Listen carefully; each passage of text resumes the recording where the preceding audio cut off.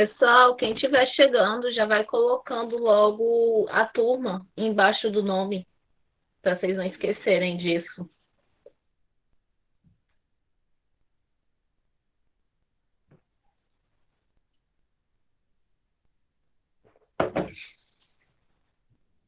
Faltando 10 minutinhos para começar a nossa aula. Me conte de vocês como é que tá a vida.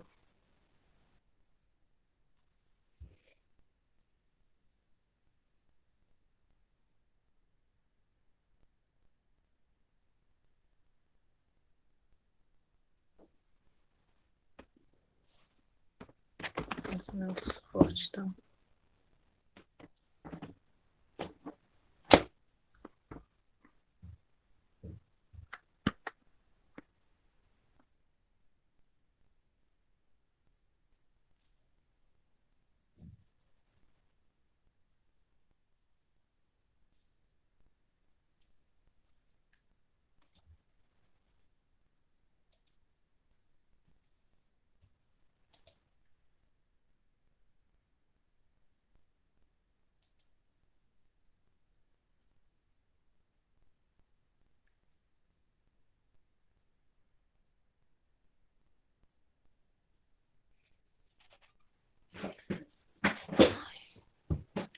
Gente, então, já que vocês não falam, eu vou falar. Gente, eu tô passando frio na minha casa, porque aqui não entra sol.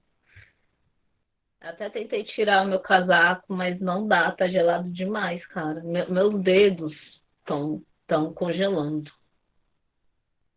Tudo bem, galera. Sejam bem-vindas e bem-vindos.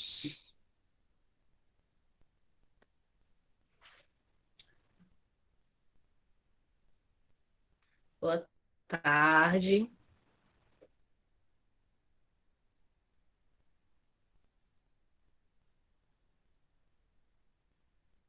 Tudo bem, Natália? Como vocês estão?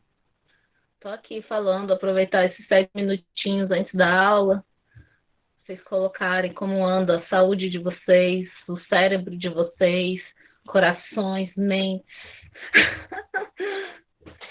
Alguém amando, alguém odiando, corações partidos, como estão vocês? Que bom, Natália, que ótimo, Stephanie. Vocês estão assistindo filme sério, gente? Eu fiquei bem doente. E aí, Lucas, que ótimo. Eu fiquei bem doente, assim, né? Mas eu não tô com Covid. Fiz o teste, deu negativo.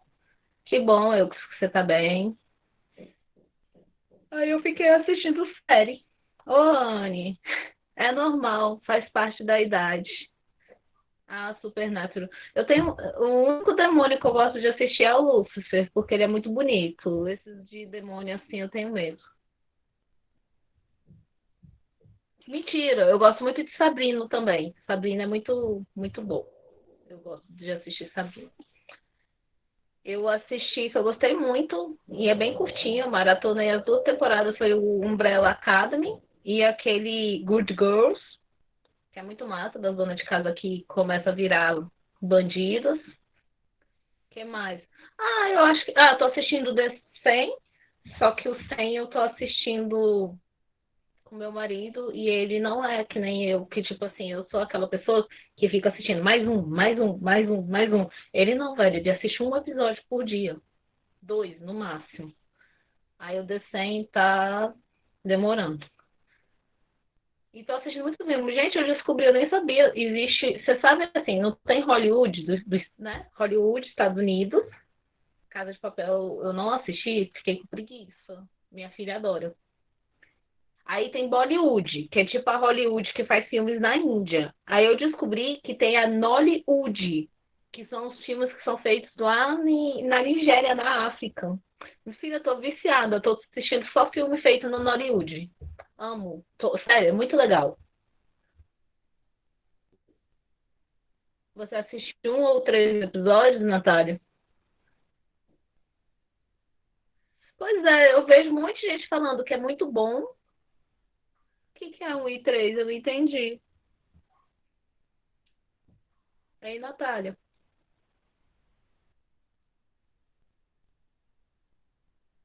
Tipo, a minha irmã e minha filha. Ah, tá. A minha irmã e minha filha são viciadas, tipo assim, a Casa de Papel, nome. Ah, esqueci o nome, mas elas adoram uma menina lá, que eu esqueci, que eu acho que ela morre. Esqueci qual é o nome dela. É uma que fala que começa o matriarcado.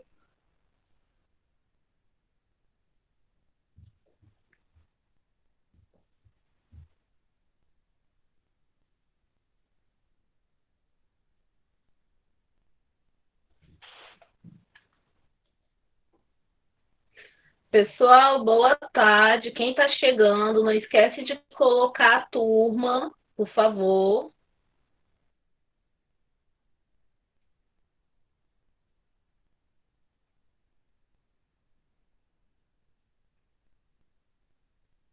Ah, Natália, eu assisti. Eu gostei de Shadowhunters. Achei bom, achei bom. Se bem que eu detestei a protagonista. Acho ela extremamente, como é que fala, egoísta. É, tipo, tudo é os sentimentos dela. Mas eu gosto, eu gosto. E eu amei a. Cara, eu sou muito ruim para gravar o nome. Mas tipo a irmã do Alec, gosto muito dela. Você tem tudo deles? Como assim? Caderno? Aquele, eu acho legal aquele acessório, aquela pulseira da Isa. É, a Isa é maravilhosa. É porque eles ficaram sem dinheiro, Anne. Aí ferra tudo.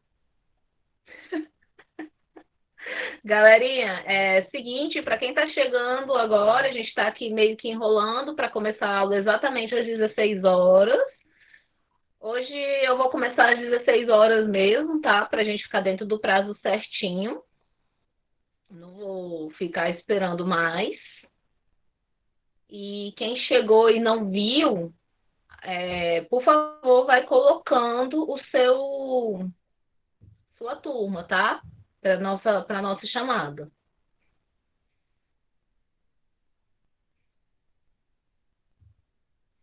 Oi, Lilian, boa tarde. Coloca aí sua turma. Mas, Ana e Natália, concordo com vocês, viu? Eu achei que o final ficou um pouquinho a desejar.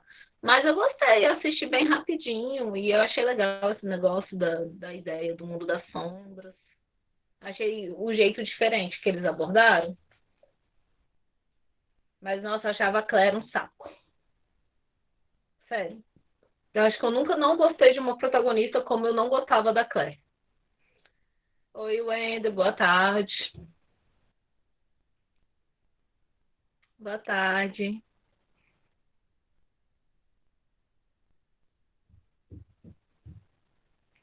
Ai, eu tenho dó dele, gente. Ai, eu acho que ele sofre muito, Rafael. Pois é, a minha filha também acha ele maravilhoso. Ai, eu não acho. Eu gosto mais do Alec. E eu acho perfeito. Eu tenho quase certeza que quem escreveu o roteiro de Shadowhunters é gay, porque, velho, o relacionamento do Alec e do Magno é muito bom, é muito bem feito. Eu acho que só uma pessoa que sabe como é que é um relacionamento homossexual consegue fazer daquele jeito. Sério mesmo. Porque é muito legal. O jeito que trata essa questão da afetividade, sabe? Sem ser essa coisa só de sexo e tal. Mas eu gostava do Rafael, da pessoa dele.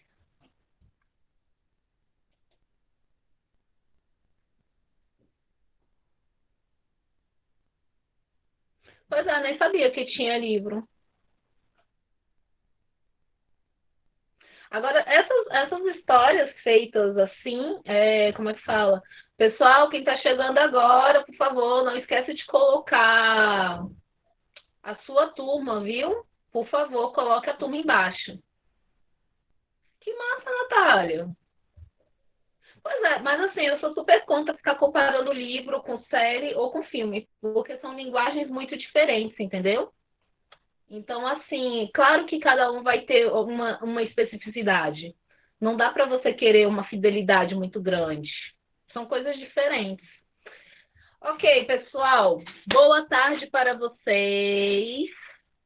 Isso mesmo, obrigada. Quem está chegando aí, vai colocando a sua turma. Hoje eu não estou querendo enrolar muito, justamente porque quero falar várias coisas com vocês. Eu estou seguindo, gente, o cronograma da Secretaria de Educação. Então, Natália, oferece coisas que você pode me mandar de verdade, né? Então, hoje a gente vai entrar em teatro grego. Na aula passada que eu não estive presente, eu fiz um formulário.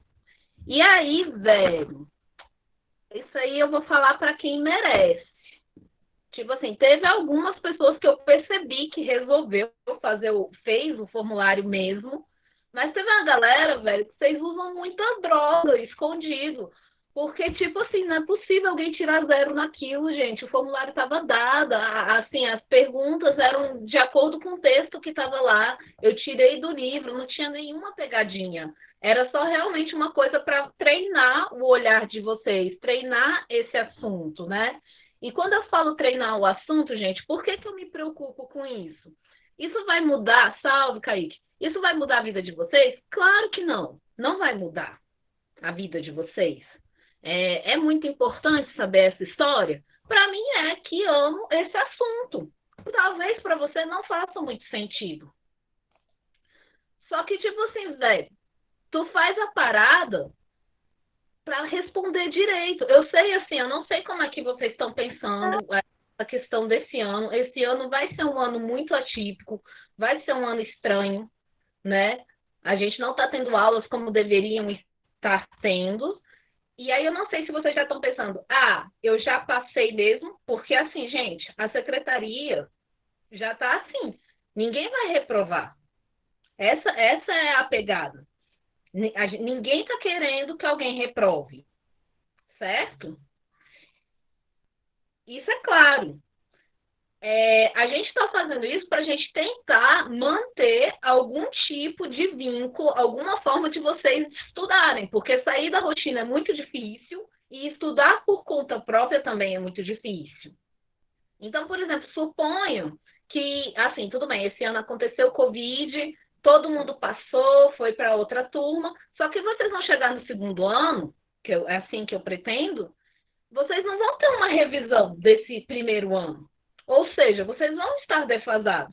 Então, quando tem esse tipo de questionário, que nem o que eu fiz com vocês, que era molezinha, tenta fazer, tenta estudar. Teve gente que tirou zero naquele questionário. Não, assim, é impossível, gente. Desculpa, é impossível você tirar zero naquilo. Porque as respostas estavam no próprio formulário. Entendeu? Aí, isso que eu tô falando com vocês, assim, por exemplo, eu acho que a preocupação de vocês, eu vou ser reprovado, eu vou ficar com zero, não vai acontecer isso, porque tem vários colegas de vocês que não estão tendo nem acesso remoto, né? Tem gente que está indo lá buscar material impresso para fazer as atividades de forma impressa. Mas assim, vocês têm que pensar um pouquinho que o que você quer? Você vai querer estudar para alguma coisa? Por exemplo, você vai tentar fazer um Enem na vida? Você vai tentar fazer um PAS?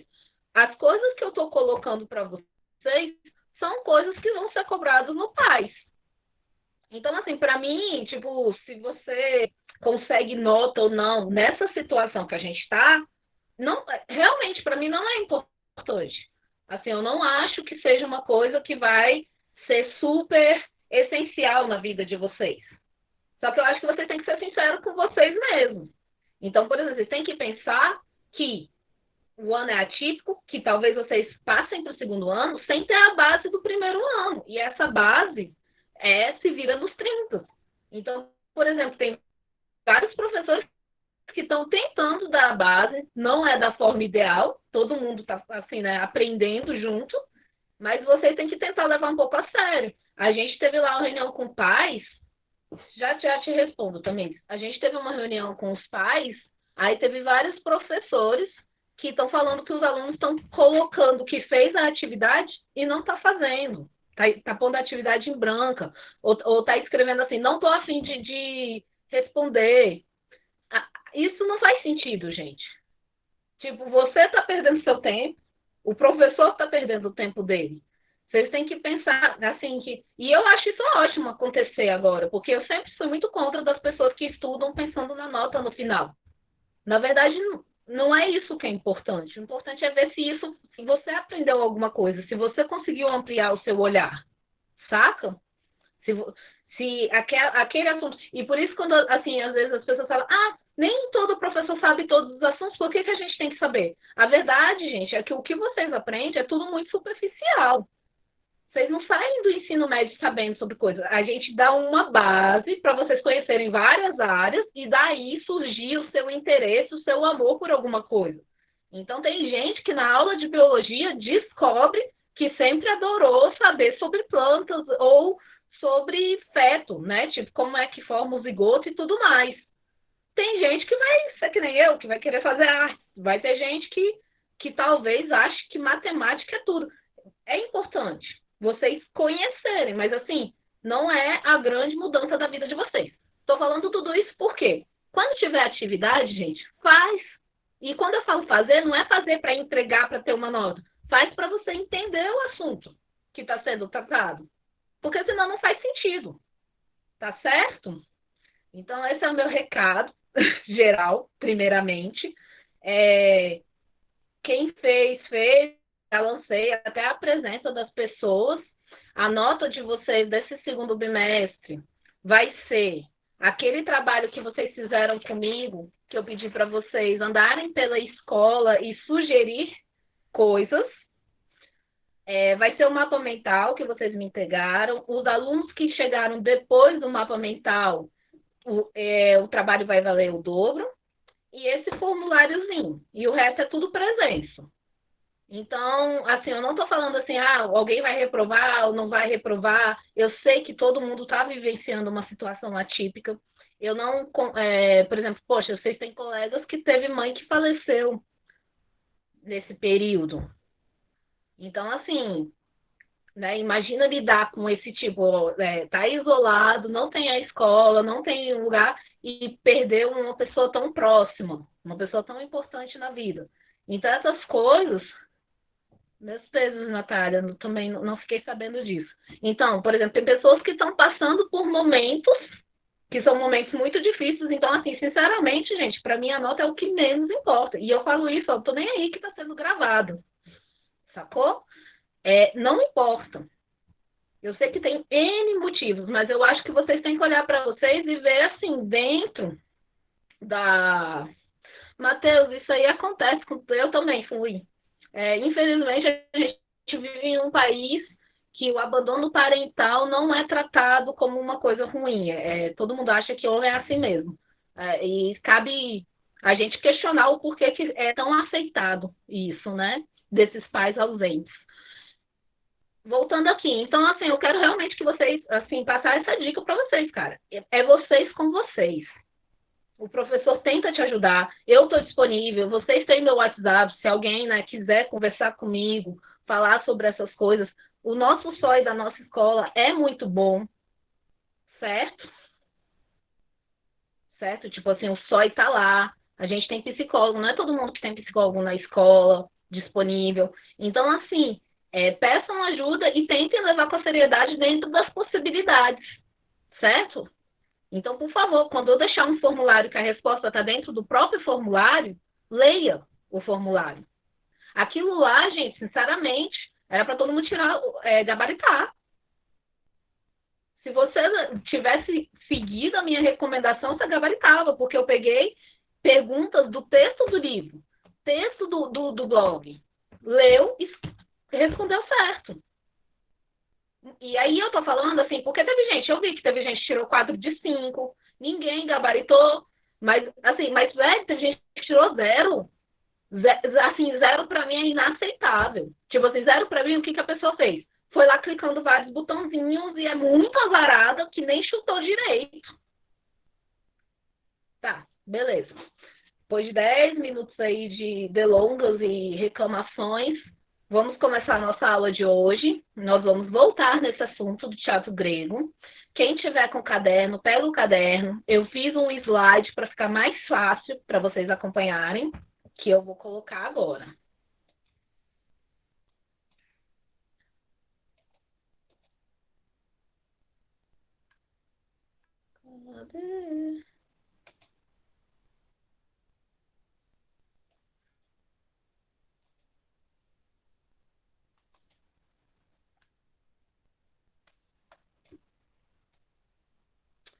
Então tá, galera, é o seguinte.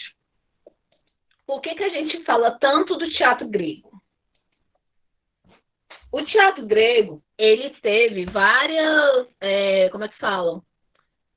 Existem vários teatros antes do teatro grego. O teatro hindu, que é na Índia, é bem mais antigo e milenar que o teatro grego. Na África, no tempo de Osíris, já existia teatro que fazia o mito de Osíris, o mito dos deuses. Só que o que acontece? O teatro grego é o que a gente põe como a origem do teatro ocidental. E nós somos ocidentais porque, né, tivemos uma cultura de colonização. Então a gente aprende primeiro sobre o teatro grego. Do teatro grego, a gente tem uma questão também que foi uma coisa que foi escrita, foi relatada. Nós temos vários fragmentos que comprovam da questão da existência desse teatro, e esse teatro era um teatro sistematizado, certo? E aí uma coisa muito importante que a gente vai ter é essa questão da arquitetura teatral. Porque era um evento cívico, as pessoas vinham para assistir teatro. Vocês têm que lembrar, né, que a gente está falando de um período em que não tínhamos internet, não tínhamos TV, não tinha inúmeras coisas que hoje fazem parte do nosso entretenimento. Então, o teatro era uma forma de entretenimento muito presente na comunidade. Aí uma coisa que é muito importante vocês saberem, importante quando eu falo, gente, no sentido de ser cobrado em prova, tá? Quando eu falo isso, é muito importante saber, é porque eu estou querendo que vocês entendam na questão de ser cobrado. É que a própria geografia, a geografia do espaço, fazia com que você tivesse uma forma de apresentação teatral em que permitia que você tivesse propagação do som, porque o que acontece? Nós vamos ter uma estrutura que a gente vai chamar de semi-arena, que é um meio círculo, né, para o público. Essa estrutura vai ter até 10 mil assentos, cabe até 10 mil pessoas. Ela tem um formato que começa na parte de baixo e vai até lá em cima, então eu não tenho barreira para o som vai ser propagado. Eu tenho um círculo no meio onde acontece a peça e eu tenho uma parte externa onde ficava o cenário dessas peças, certo? Então, por exemplo, tem um pedacinho aqui, não sei se dá para usar. Vocês podem só colocar para mim o Szinho para ver se vocês estão vendo a setinha na apresentação. Sim? Ótimo. Tá bom, obrigada.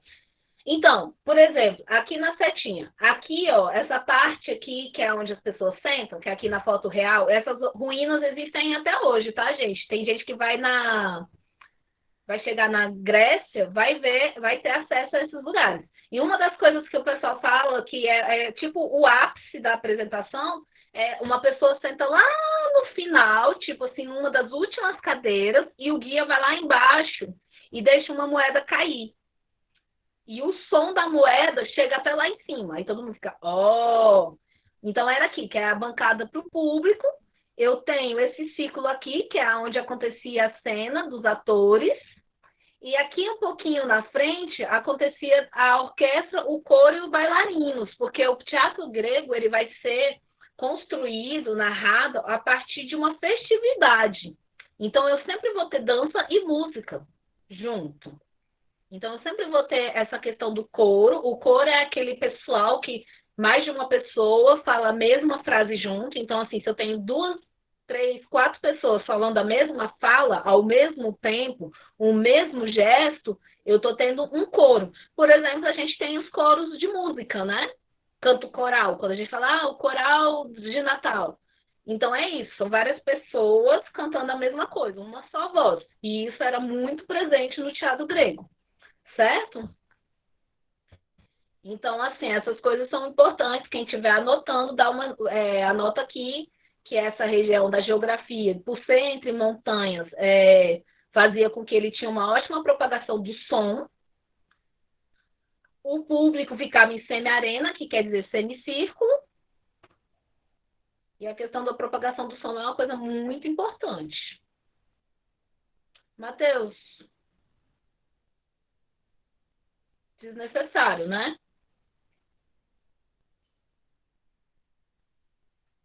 Beleza? Prosseguindo. Esse tipo de teatro, gente, ele tinha a utilização de vários acessórios. E um dos acessórios mais importantes eram as máscaras. As máscaras serviam para várias coisas. Primeiro, nós temos um teatro em que mulheres não participam como atriz, não existe atriz, mas existem papéis femininos, existem mulheres nas histórias.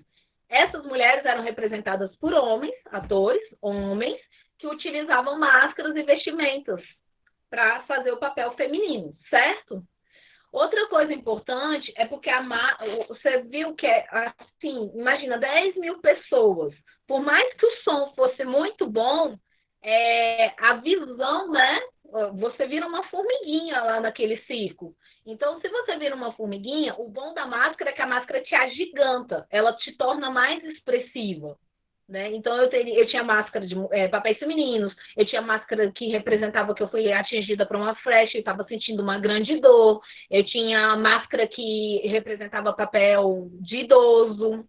Então, cada máscara tinha uma função. Esse elemento é um dos elementos mais importantes. E também justamente isso, né? Agigantar os atores, tornarem eles maiores. Não só a máscara, eles usavam roupas que também ajudavam a fazer dar essa sensação. Eles usavam coturnos, mesmo os personagens masculinos usavam sapatos com saltos altos. Então, Raíssa, a gente vai entrar nessa conversa daqui a pouco, porque mulheres não atuavam, beleza? Já já vou explicar. Então, uma das coisas muito importantes nessa questão do teatro é o uso de acessórios para todos os papéis. Por que, que as mulheres não atuavam? Eu vou te explicar agora. O teatro grego, ele vai nascer de uma festa em honra à divindade, ao Dionísio. Dionísio é um deus grego, que não é um deus, como é que fala, da primeira ordem do Olimpo. Dionísio é o seguinte, ele nasce porque Zeus, que é, né, a ideia primordial, Alô? Tô aparecendo. E Zeus se apaixona por uma mortal, fica louco por uma mortal, e aí ele pega e consegue, né? E aí a cama com essa mortal, e a mulher de Zeus fica revoltada, e aí ela se disfarça de ama e faz com que a mortal, que é Semélia, o nome dela, fala assim: se esse Deus gosta tanto de você, por que você não pede para vê-lo com todo esplendor? Só que Zeus é pura chama, né? Então, quando ela pede isso, Zeus fala assim: eu prometo te dar o que você quiser. Ela pede: quero te ver em todo esplendor. E ele fala: você não vai ser capaz. Porque era pura luz, era como se ficasse perto do sol. E ela insiste. Na hora que ele se mostra em todo esplendor, o que acontece? Ela é fulminada, ela é queimada na hora.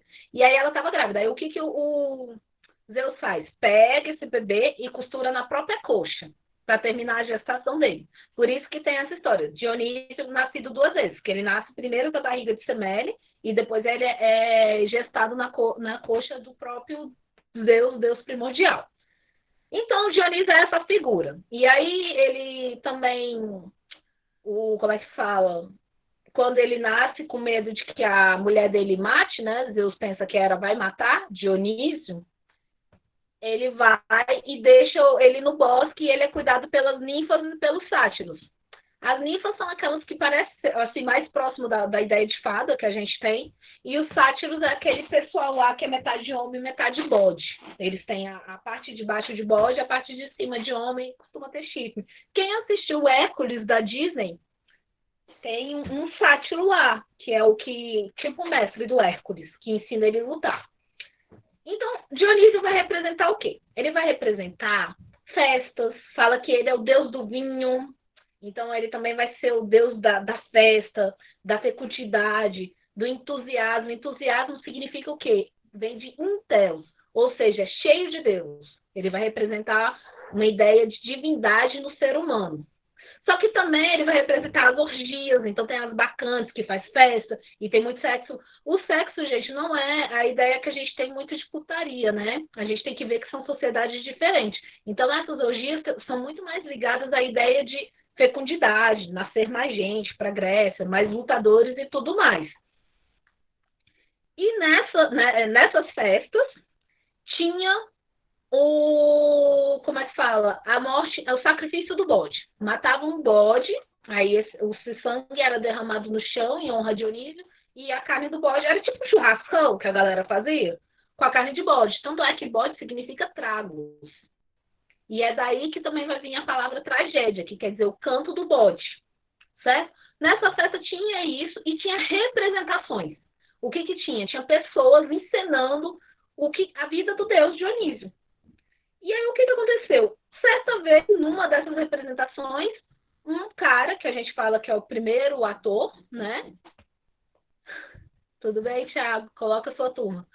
Fala que é o primeiro ator, ele fala assim, eu não sou Dionísio, eu sou uma pessoa que estou representando o deus Dionísio. Ele fala com consciência, porque antes as pessoas meio que acreditavam que Dionísio estava entre eles. Era uma festa religiosa, era um culto a esse deus. E aí chega um momento que esse ator pega e fala bem isso.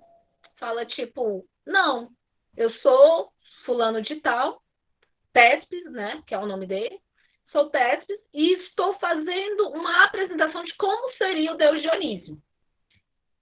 E a partir daí a gente começa a estruturar o teatro, a estruturar uma representação, tornar esse faz de conta. É muito diferente, gente, uma coisa como ritual. O ritual você acredita naquela vivência com toda certeza. Então você não questiona as coisas que você está vendo. O teatro, você sabe que é uma representação, é um acordo, é um jogo que existe. Beleza, voltando aqui para a sua pergunta, Raíssa. Por que mulheres não atuavam?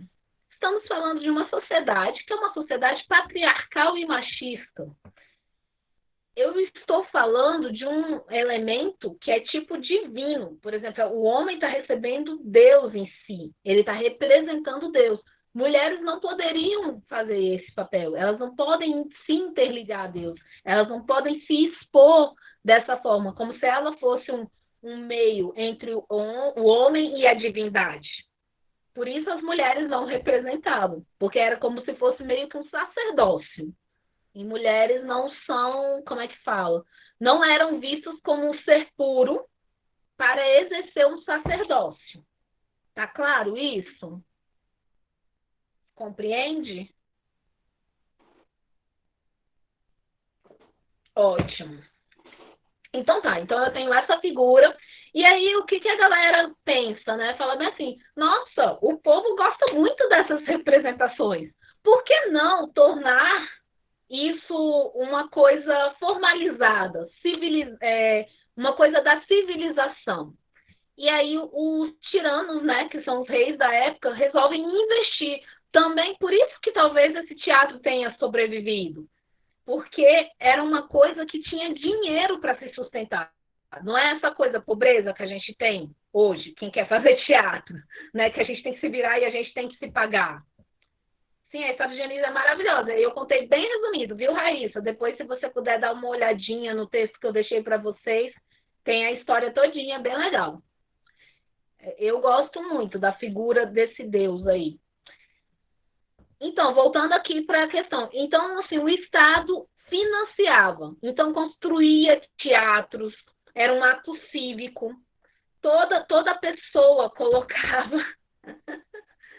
Nossa, Kennedy, se a gente fosse fazer uma historieta do nome Vinícius Kennedy Dionísio, ia ser ótimo.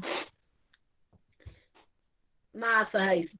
Então, eles resolvem financiar. Então, vira as grandes festividades, que a gente vai chamar de dionisíacas. Nas dionisíacas, o que acontecia? A cidade grega, a polis, parava. Isso em Atenas, né? Só que não só Atenas, várias pessoas de outras ilhas, Esparta, Creta, Dórica, várias ilhas iam assistir. Era assim, sei lá, não sei, por exemplo, que nem a festa do Morango Braslândia, que sempre acontece todo mês certinho, e muita gente vai, não só quem mora em Braslândia, acontecia Dionisíaca, as pessoas viajavam para estar presente durante essa uma semana.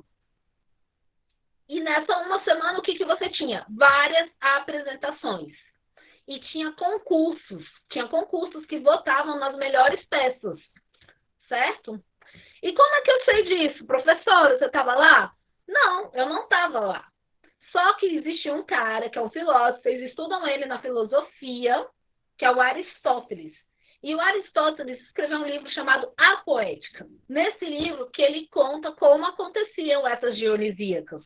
E é nesse livro também que ele faz uma separação super importante. Nós temos dois gêneros que são essenciais nessa festa, que é a tragédia e a comédia. E por isso também que costuma ser aquele símbolo clichê do teatro, as duas mascarazinhas, uma rindo e outra chorando, é para representar essa divisão. E olha que interessante, o Aristóteles vai me pegar e dizer que a tragédia fala de homens superiores, que são os heróis. E a comédia fala sobre pessoas comuns.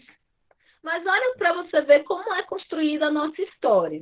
A gente até hoje tem essa mania. Por mais que, por exemplo, se você quer, sei lá, fingir que você é muito inteligente, você fala sempre que prefere drama comédia, que você não gosta de besterol, né? Tipo assim, você cria essa ideia, mas assim, é porque a gente valoriza mais.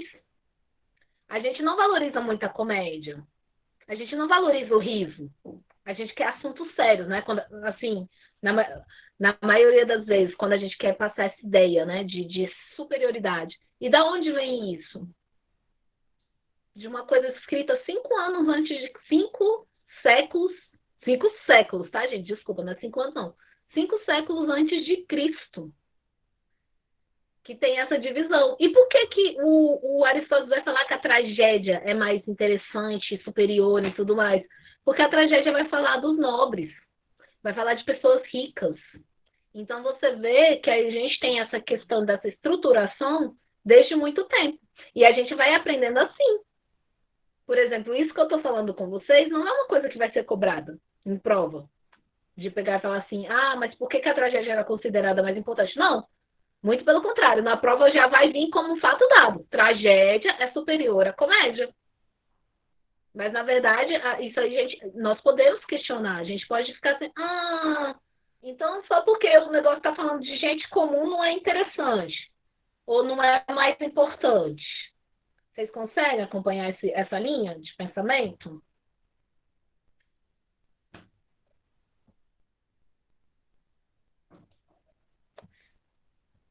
Então, bora lá. Voltando. Como eu estava falando, os principais gêneros é a tragédia e a comédia. E isso vai acontecer até hoje, a gente tem essa divisão. Que,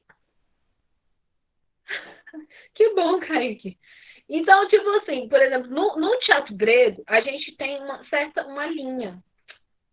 Deixa eu só até escrever aqui, que eu não escrevi, era para ter escrito. A gente tem uma linha. Nós temos os dramas satíricos. Nós temos.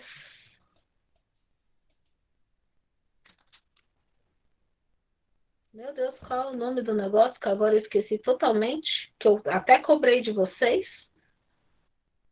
Uh, esqueci, gente. Tem outro nome. Ah, nós temos o de tirão.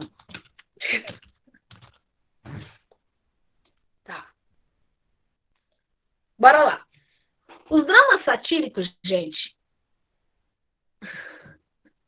Que bom que deu certo, Kaique. Os dramas satíricos é o seguinte. Antes de toda. Era assim, tinha uma estrutura.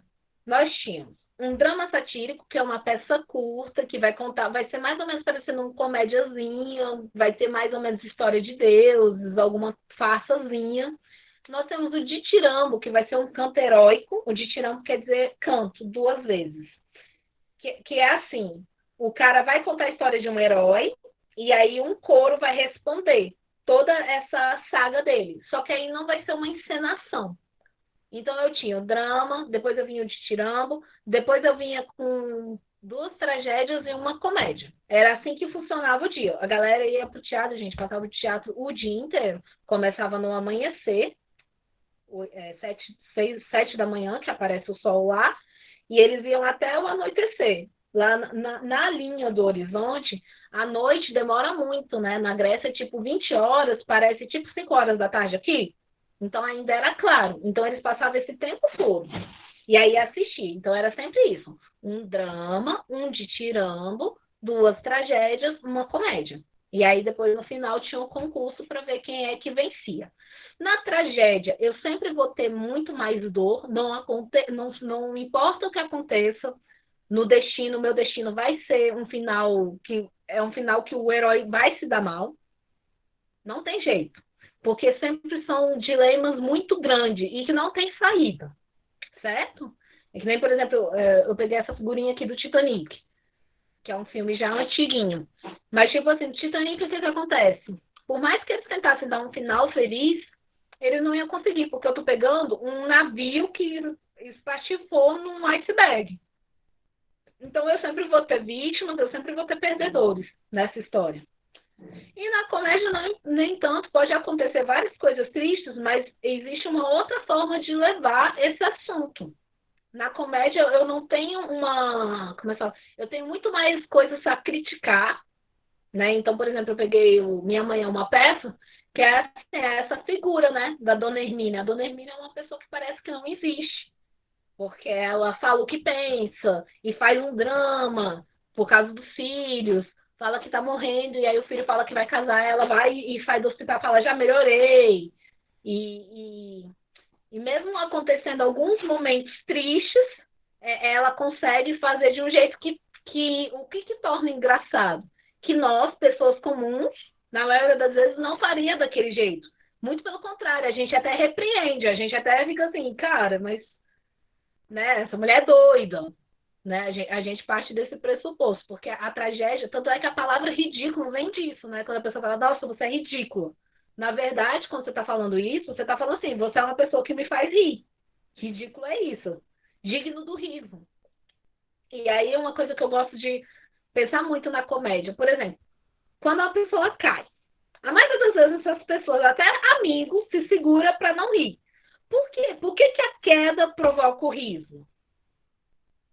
Porque a queda, se você parar para pensar, é uma coisa triste. Uma pessoa caiu, pode ter se machucado, né? E na maioria das vezes a pessoa que cai, a reação dela não é levantar, é olhar para ver se alguém viu. Por que isso? Porque a gente tem dentro da gente que cair é feio, errar é feio, tropeçar, ou seja, tudo isso são coisas que a gente reprova. E por isso provoca o riso. O riso, ele vem daquilo que a gente quer negar na gente, certo? E a tragédia não, a tragédia vai ser uma dor, e é uma dor compartilhada, tá bom? Essas são. Pois é, ó, Thiago aí falando que ele ri sem dó nem piedade. Se você cair, você ri também, Thiago, para disfarçar?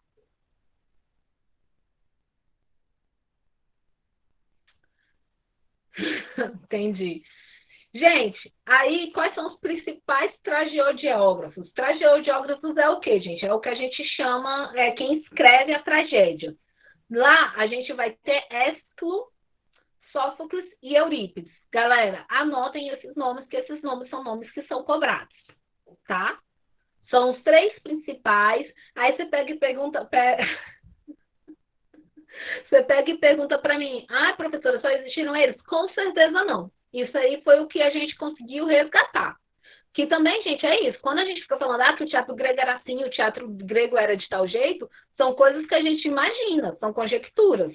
São pessoas que estudaram e imagina que são desse jeito pelos fragmentos de texto, porque tem um livro como a Poética, que foi escrito na época, tem pedaços de vasos, pedaços de desenhos feitos em muros, né? Então, assim, na verdade, a gente tem uma ideia geral, a gente não sabe a total realidade.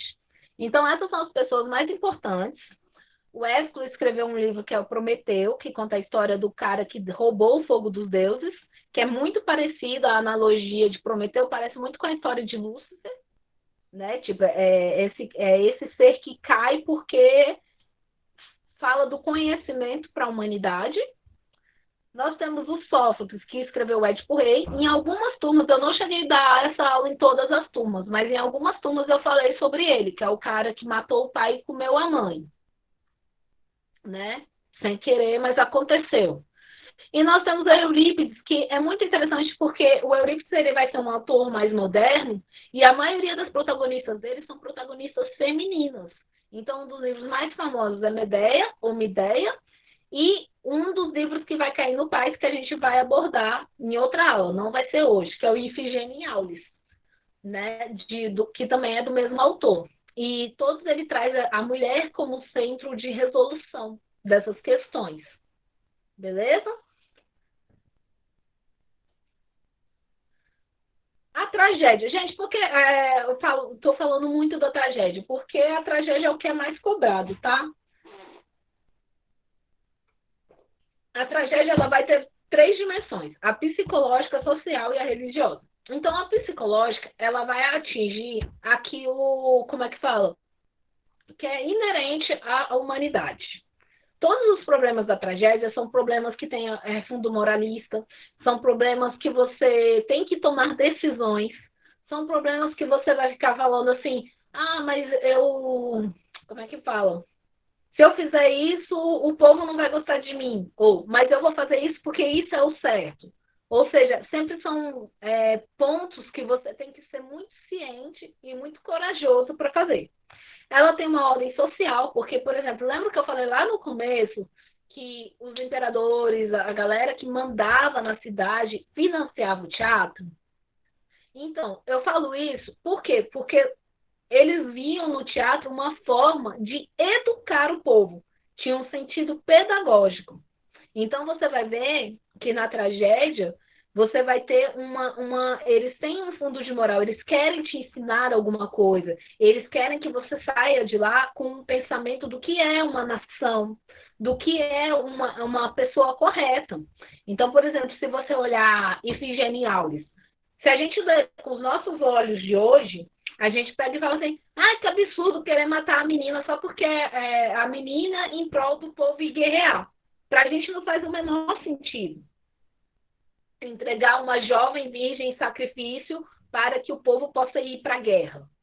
Mas para um povo que é guerreiro, que se constitui, né, nas guerras, ou seja, as riquezas vêm das guerras, faz todo o sentido, certo?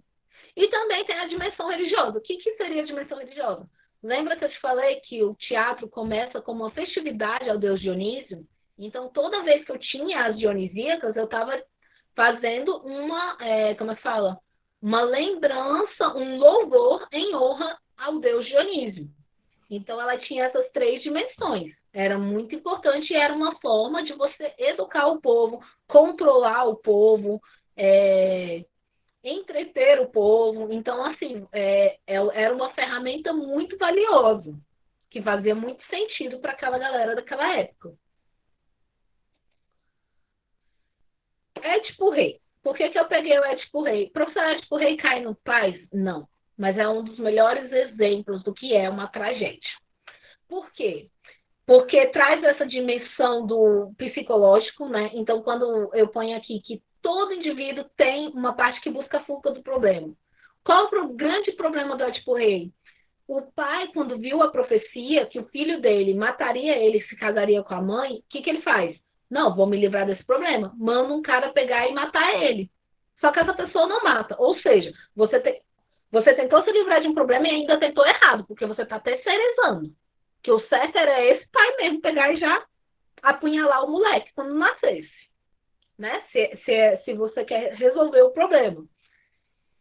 E aí o que acontece de novo? Quando ele completa 18 anos, que o oráculo fala, em verdade vos digo, você matará seu pai casarás, e se deitarás com sua mãe, ele pega e fala, não vou fazer isso. Aí, de novo, o que ele faz? Foge dos problemas.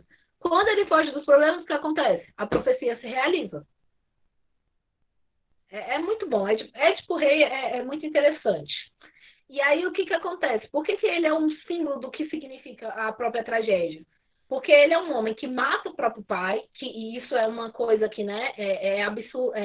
Imagina você matar aquele que te possibilitou a vida, aquele que te cuidou, né? Matar o pai tem um peso muito grande. Ele casa com a mãe, ou seja, um incesto. Aí você fala, poxa, mas o coitado não sabia. Não sabia, mas fez. E ele vai ter que pagar do mesmo jeito. Porque o crime está com o crime não é o fato dele saber ou não saber. O crime é ele realizar, mesmo que enganado, certo? E quando ele descobre o horror que a profecia foi cumprida, o que, que acontece? Ele se arrepende e não consegue viver com aquilo. Tanto é que ele vai e se cega. Porque ele fala que com os olhos abertos ele não conseguia ver a verdade que estava tão próxima dele. Talvez cego ele tivesse mais sabedoria. Se olhar, né? Também tem toda uma analogia, né? Tipo essa coisa de olhar para dentro de si mesmo, né? Porque a gente fica muito focado no que está fora, mas a gente não olha para dentro.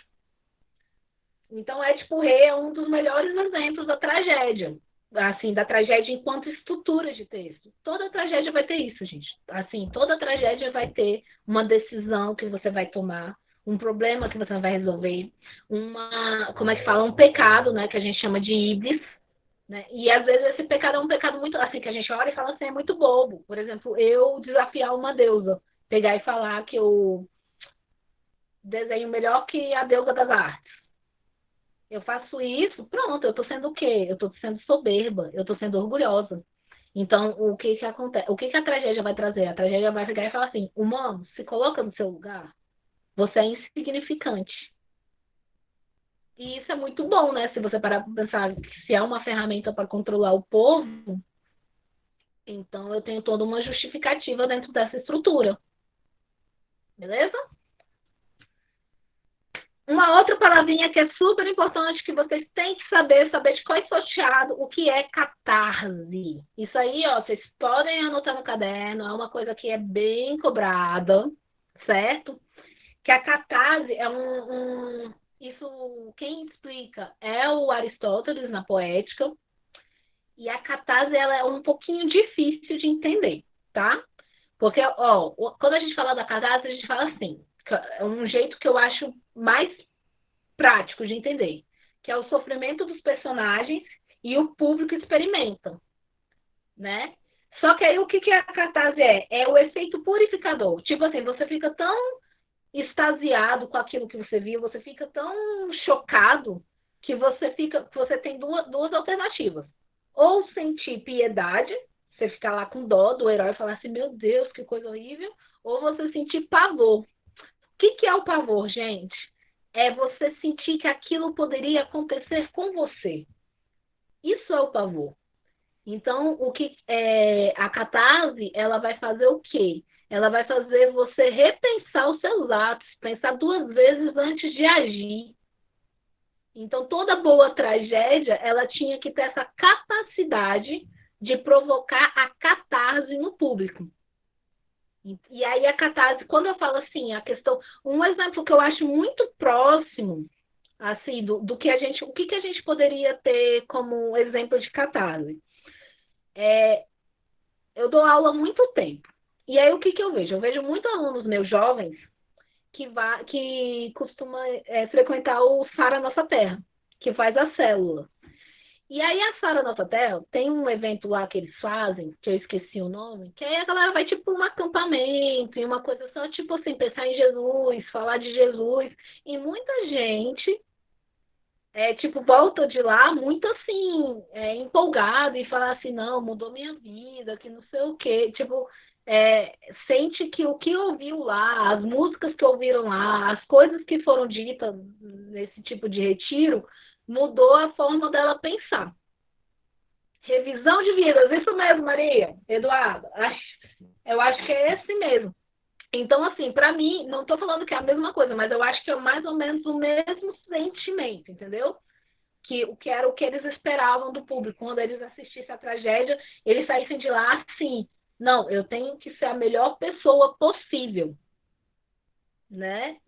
que a gente tem que pensar isso, né? Embora a gente não tenha essa figura, né, ocidental desse Deus onipotente, onipresente, a gente tem figura, tem uma religiosidade a alcançar dentro dessa tragédia. Então, assim, para mim a catarse é muito parecido com essa questão aí do que acontece. Não é igual, tá, gente? Em nenhum momento eu tô dizendo que é igual. Eu acho que tem uma similaridade desse tipo de sentimento. Então, é um sentimento que você não sabe explicar com a lógica, né? Tipo, dar um exemplo assim, não, mudou cientificamente, mas não, uma sinapse. Você sente, é uma emoção. É algo que só você que viveu aquele momento consegue explicar. Coisa que te leva a chorar, coisas que te levam a repensar a sua vida, coisas que fazem com que você queira mudar o que você é agora, para uma versão melhorada de você mesmo, certo?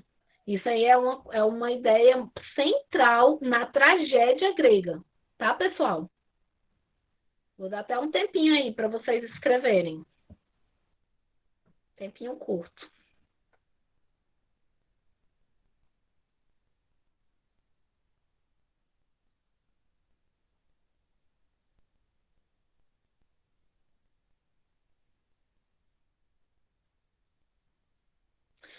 Revisão de vídeos, mas eu acho que tem outro nome também, Maria Eduardo. Não tenho muita certeza. Que é tipo um nome bem assim, ah, vou pro sarau, vou pro não sei o quê.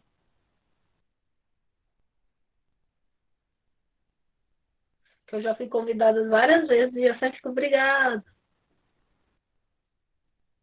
Beleza, pessoal.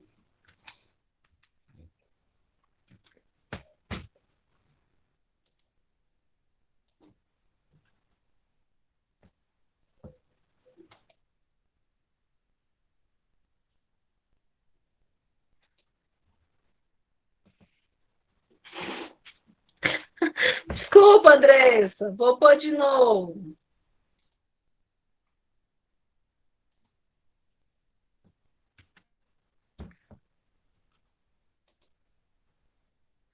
Calma aí, calma aí, calma aí.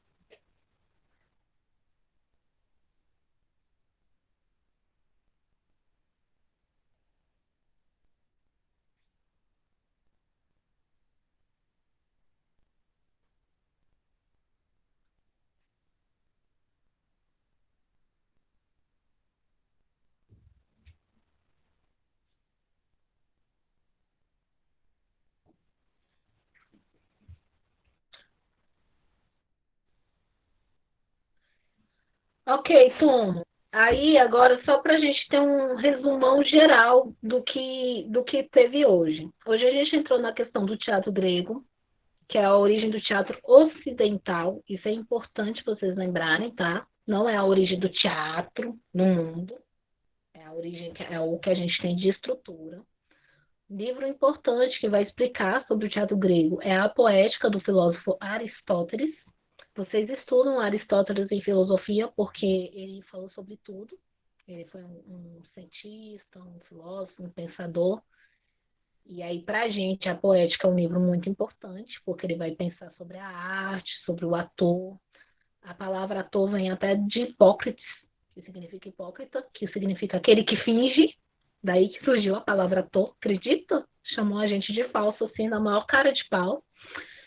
É, é uma coisa que começou como ritual, isso, né? Ritual, que deu em honra a Dionísio, esse deus grego, né? E desse ritual a gente teve uma estrutura cívica. Então, assim, vocês têm que pensar que era uma coisa que era do âmbito religioso que passou para a questão de cidadania. Saiu do âmbito religioso para a política, tá? Era uma coisa religiosa que virou uma coisa política.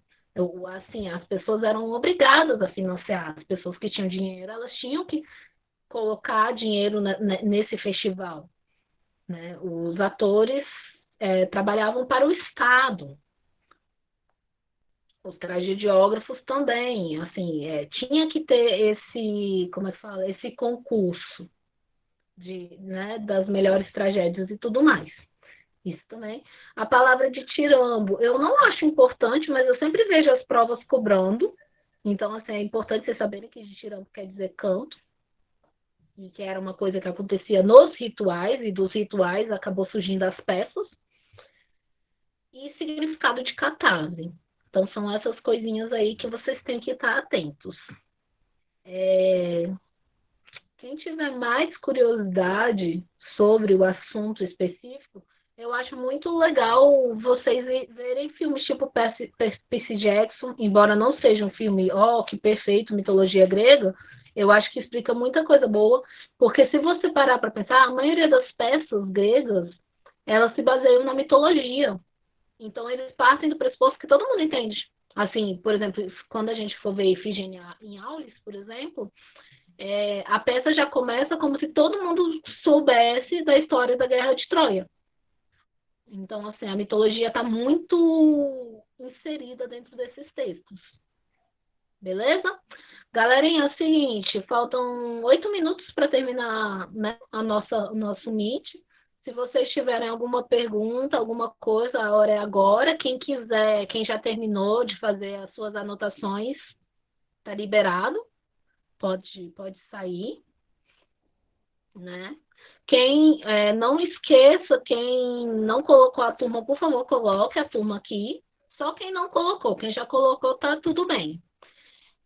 Tamires, sobre o Paz, a UNB falou que ainda não jogou o calendário novo. Então, é bem provável que esse ano não aconteça o Paz, tá? E eles falaram que vão estar avisando quando sair o novo edital. Mas eles estão bem, na verdade, a própria Universidade de Brasília, eles estão pensando em cancelar o ano letivo. O que significa cancelar o ano letivo? Não vai ter existido 2020, então, tipo assim, não vai ter abertura de semestre. Mas tudo vai ser informado. Outra coisa também, importante, Wendel, já vou voltar para ti. Que do PAS, que é bem provável que a prova aconteça não no fim do ano de 2021, mas sim nos primeiros 4 meses. Talvez o PAS que seria esse ano aconteça em abril do ano que vem. Aristóteles, Wendel, tá aí o slide do Aristóteles. Aí o gabarito faz ano que vem. Desculpa, não entendi a pergunta. Aí o gabarito faz ano que vem. É isso. O PAS, você vai faz ano que vem. Então, na verdade,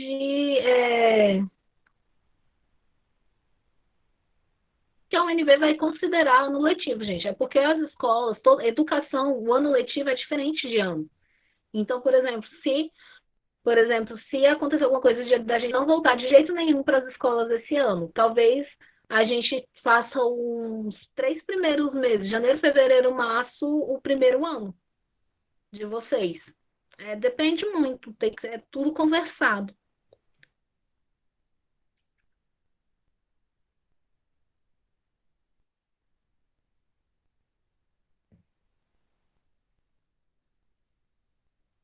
Beleza, galerinha?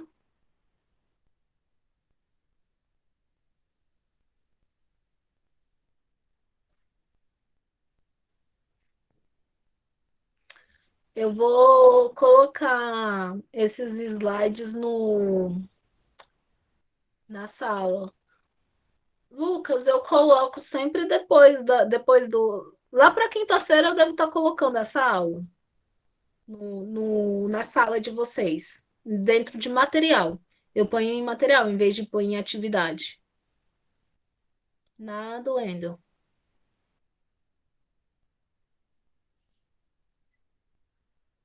Aí eu sempre ponho aula de artes, Google Meet.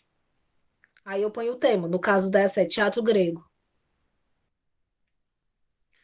Pessoal, quem já terminou ou tem alguma dúvida, não sei o quê, por favor, vamos saindo da sala, eu tenho que deixar a sala, tenho que trancar essa sala, né?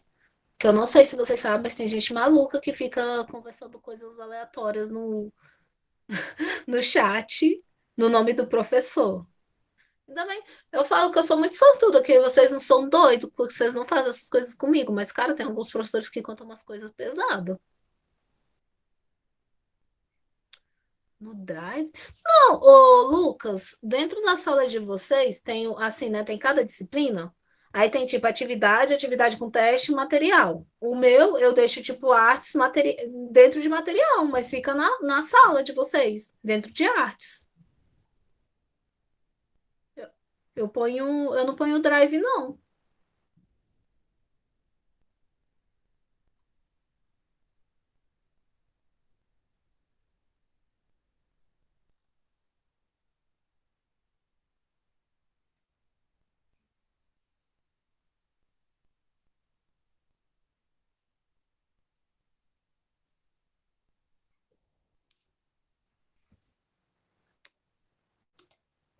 Gente, um beijão para vocês.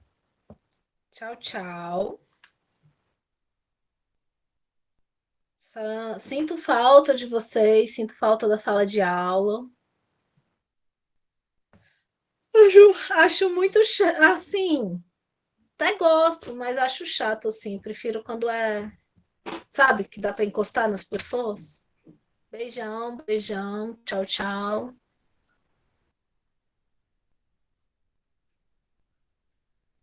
Galerinha que sobrou, vou derrubar da sala, beleza? Tchau, tchau, galera.